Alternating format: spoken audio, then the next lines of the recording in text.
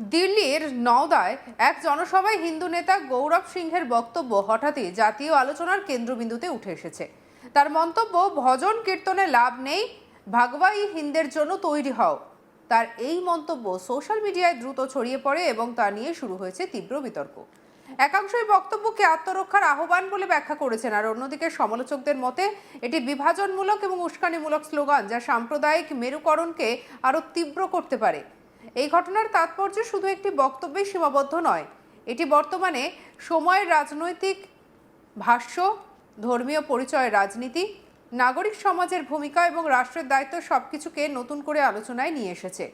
দিল্লির নওদায় আয়োজিত এক ধর্মীয় রাজনৈতিক সমাবেশে গৌরব সিংহের বক্তব্য সেখানে রীতিমতো একাধিক প্রশ্নের জন্ম দিল।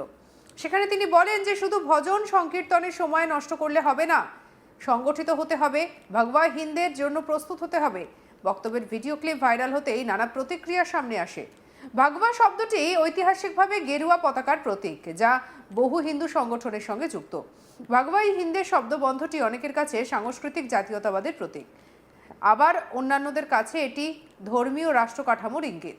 গৌরব সিংহের বক্তব্যে দুটি বিষয় স্পষ্ট: এক, কেবল ধর্মীয় আচার অনুষ্ঠানে সীমাবদ্ধ না থেকে সংগঠিত হওয়ার আহ্বান। দুই, একটি বৃহত্তর সাংস্কৃতিক এবং রাজনৈতিক লক্ষ্য ভাগবাই হিন্দের কথা বলা হয়েছে। সমর্থকদের দাবি, এটি শুধু সমাজকে সাংগঠনিকভাবে শক্তিশালী করার ডাক।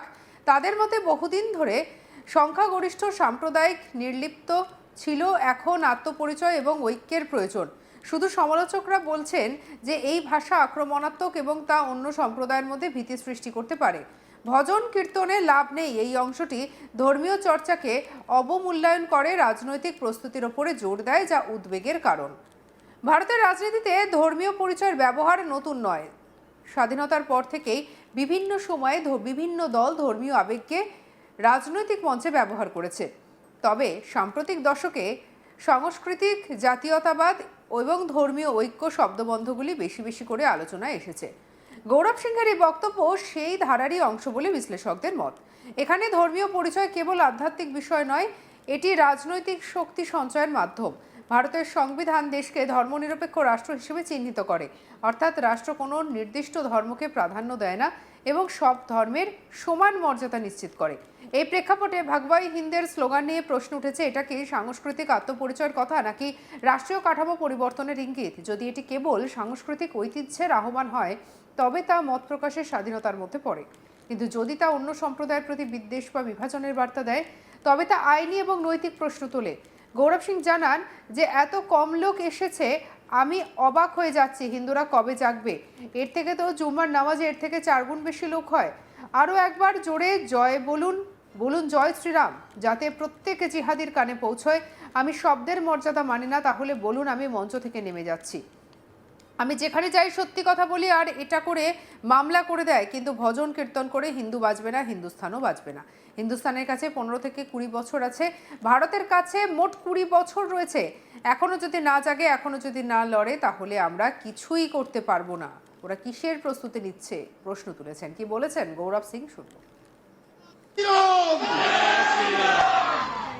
एक तो मुझे बड़ा आश्चर्य हो रहा है कि द्वारका मोड़, मतलब इतनी जनसंख्या है कि जहाँ पे इतने लोग आए हुए हैं, इससे तो 4-5 गुना ज्यादा होगी। इतने कम लोग आए हैं, मुझे नहीं समझ आता हिंदू जागेगा कब? उनकी एक जुम्मे की नमाज पे इससे 4 गुना ज्यादा भीड़ खड़ी हो जाती है। तुम लोग घर से नहीं निकलते, है ना? और एक बार दोबारा बोल लो जय श्री राम, लगना चाहिए, हर जिहादी के कान तक जाना चाहिए, जय श्री राम। भैया इससे ज्यादा बार तो कटुआ ले लेता नाम राम का। पता कैसे? दवाई बेचते हैं वो, तो बोलते हैं रामबाण है, अल्लाह बाण न है। क्यों? बाण राम को चलाना आता था, अल्लाह पंचर बनाता था। देखो, हम शब्दों की मर्यादा बिल्कुल नहीं मानते भैया। अगर शब्दों की कोई मर्यादा हो तो अभी बता देना, मन से उतर जाएंगे।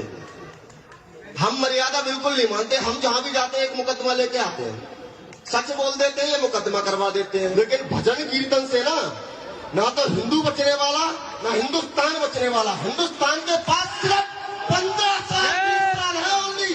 भारत की आयु 20 साल है। अगर अभी नहीं जागे, अभी नहीं लड़े, तो कुछ नहीं कर पाएंगे हम। एक चीज बताओ, वो कैसी कैसी तैयारियां कर रहे हैं। कहीं 3000 किलो आरडीएक्स पाया जाता है, किसी मदरसे में 32,000 AK-47 पाई जाती है, 3,000 पिस्टलें पाई जाती हैं। किसकी तैयारी चल रही है? गजवाए हिंद की। हमें किसकी करनी है? भगवाए हिंद की। उसके लिए पता क्या करना पड़ेगा?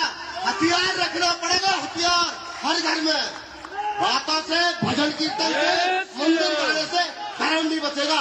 आज नहीं लड़े ना तो 20 साल बाद तुम्हें 2 ऑप्शन मिलेंगे। आज भी 2 ऑप्शन है। आज पता क्या है? लड़ो, मारो या मर जाओ। 20 साल बाद 2 ऑप्शन ओनली होंगे। कन्वर्ट हो जाओ या भाग जाओ। कश्मीर से भागे, क्या करा हमने? 7 लाख कश्मीरी पंडित थे, यूं ही चुटकियों में भगा दिए चंद सुअरों ने, जिहादियों ने। और एक और चीज बताता हूं, अभी इतने सारे लोग यहाँ इकट्ठे हुए हैं, यहाँ से लेकर वहां तक जिहादी की कम से कम 50 दुकानें हैं। कौन दे रहा है? द्वारका मोड़ को मुर्शिदाबाद बनाना है क्या? है जाफराबाद बनाना है क्या? शाहीनबाग बनाना है क्या? खाली करवाओगे, खाली। ऐसे नहीं चलेगा भैया।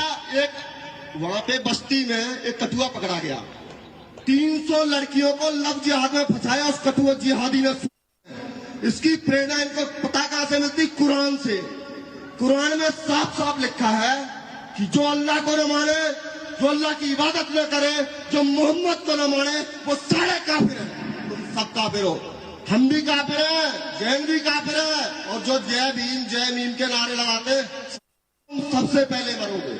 300 लड़कियों में 223 लड़कियां जय भीम वाला की है। बता देते हम तुम्हें भी। सुधर जाओ, हिंदू एक रहेगा, सेफ रहेगा, जभी बचोगे। গৌরব সিংহের সমর্থকরা বলছেন এই বক্তব্য ভুলভাবে ব্যাখ্যা করা হচ্ছে। তাদের মতে এটি হিন্দু সমাজকে সংগঠিত এবং সচেতন করার ডাক।